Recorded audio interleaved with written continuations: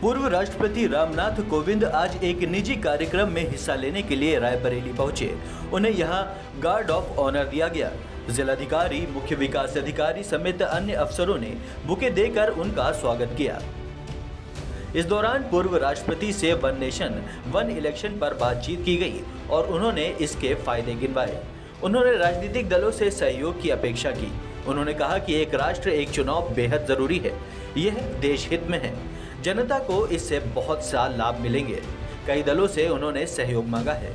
उन्होंने कहा कि मुझे इस समिति का अध्यक्ष बनाया है और मैं इसके लिए समर्थन मांग रहा हूं। साथ साथ चुनाव हुए, उसके पश्चात कुछ विधानसभाओं में कुछ विकृतियां आ गई, उनका समय पहले समाप्त हो गया, राष्ट्रपति शासन लागू हुआ, इसलिए वो समय अवधि समाप्त हो गई।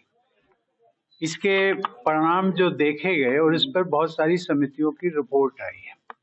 पार्लियामेंट्री कमेटी की रिपोर्ट आई है, नीति आयोग की रिपोर्ट आई है, भारत के चुनाव आयोग की रिपोर्ट आई है और कई समितियों की रिपोर्ट आई है, जिसमें उन्होंने कहा है कि देश में वन नेशन वन इलेक्शन की जो परंपरा है वो फिर लागू होनी चाहिए। भारत सरकार ने एक हाई लेवल कमेटी नियुक्त की है, उसका मुझे चेयरमैन बनाया है और उसमें और भी हमारे सदस्य हैं। हम सब लोग मिलकर के और जनता के साथ मिलकर के एक वाया मीडिया कुछ निकालने की कोशिश कर रहे हैं।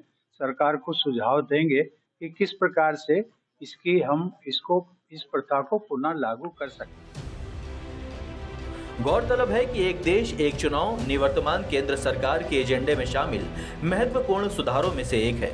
प्रधानमंत्री नरेंद्र मोदी खुद भी संपूर्ण देश में एक चुनाव कराए जाने की वांछनीयता पर मुखरता से बात करते रहे हैं। Bureau report, Dastak times.